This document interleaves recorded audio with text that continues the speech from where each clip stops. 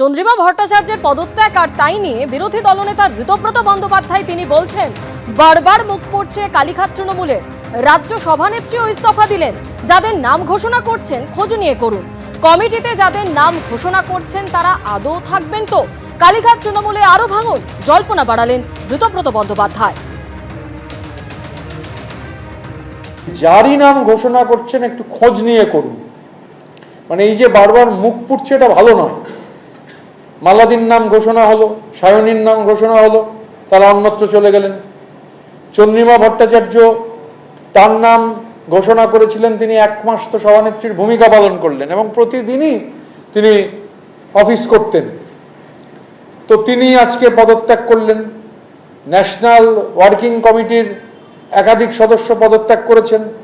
জেলার সভাপতি ঘোষণা করেছেন। ঘোষণা করার যখন ঘোষণা করছেন আমাদের সঙ্গে বসে আছেন।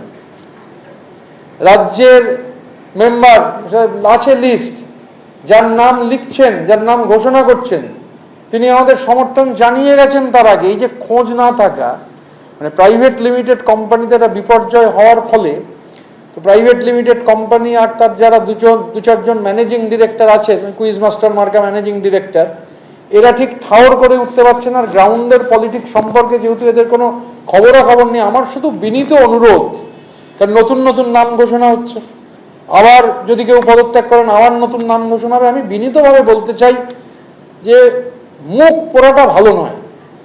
এই যে ধরুন যাদের নাম ঘোষণা করছেন, খোঁজ নিয়েছেন তো, যারা আমাদের সঙ্গে যোগাযোগে নেই?